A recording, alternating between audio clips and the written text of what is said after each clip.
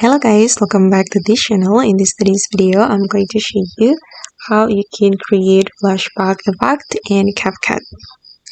Okay, let's get started. Here I have already opened my CapCut application, and as you can see, I have added two videos to this project. I'm going to use two videos to create flashback effect. Okay guys, I'm going to split my video. For example, I'm going to split it here. Okay, and then I'm going to add this clip, and let's say that this woman is remembering about this moment with her boyfriend, let's say boyfriend. And then here I'm going to add transition.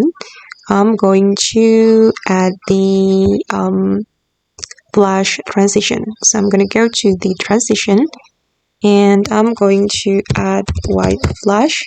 Actually, you can add white flash or black flash. It's up to you. And I'm going to add the transition here. And then you can customize the duration. Okay. And then I'm going to add the white flash here. Okay.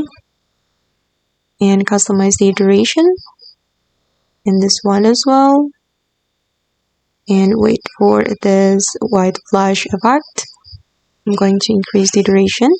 And for this clip, I'm going to apply black and white filter. So I'm going to search black and white. Okay, and I'm going to apply it to my video.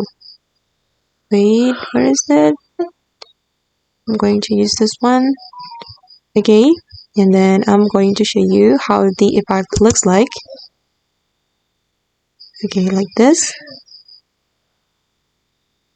And yeah, actually you can also use the black flash, it's up to you, but for me I prefer the white flash.